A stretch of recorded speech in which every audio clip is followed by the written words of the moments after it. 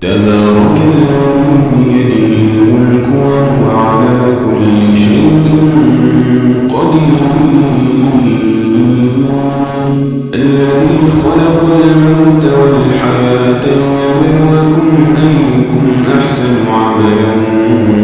وهو العزيز الغفور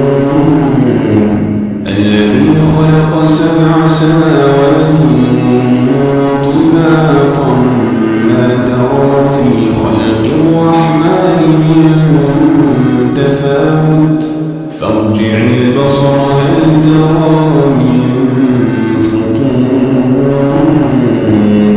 ثم ارجع البصر كرتين ينقلب إليك البصر خاسئا وهو حسير ولقد زينا السماء الدنيا بمصابيح وجعلناها رجوما للشياطين وأعتدنا لهم عذاب السعير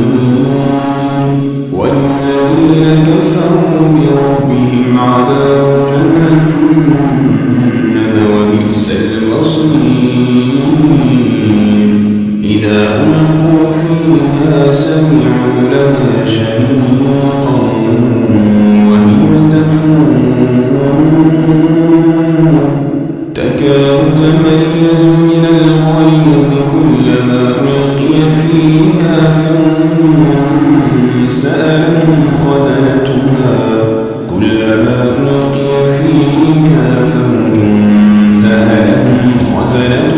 ألم يأتكم نذير قالوا بلى قد جاءنا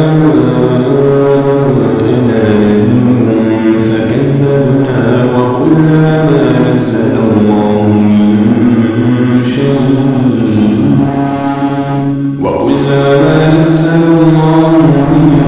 شيء إن أنتم إلا في ضلال كبير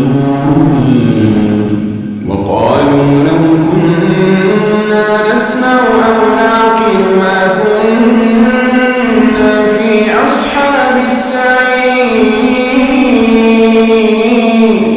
فاعترفوا بذنبهم فسحقا لأصحاب السعير إن الذين يخشون ربهم بالغيب لهم مغفرة وأجر كبير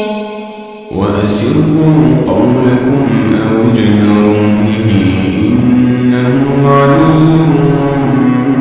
بذات الصدور ألا يعلم من خلق وهو اللطيف الخبير هو الذي جعل لكم الأرض ذلولا فامشوا في مناكبها وكلوا من رزقه وإليه النشور أأمنتم من في السماء أن يخسف بكم الأرض فإذا هي تمور أم أمنتم من في السماء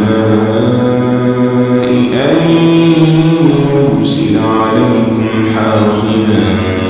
فستعلمون كيف نذير ولقد كذب الذين من